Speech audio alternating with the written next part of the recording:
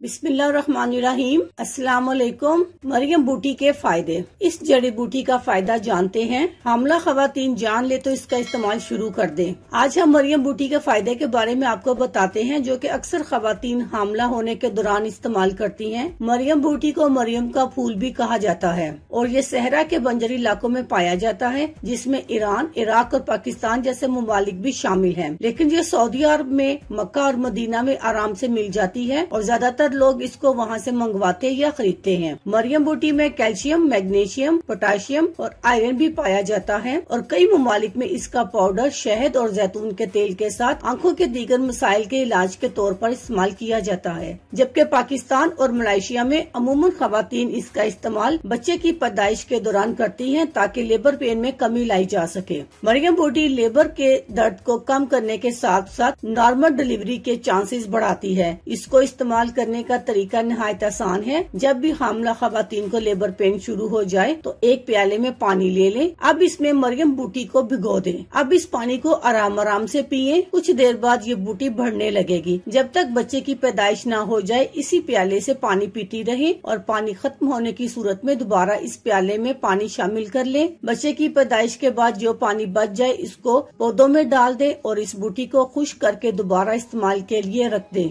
अल्लाह हाफिज। शुक्रिया।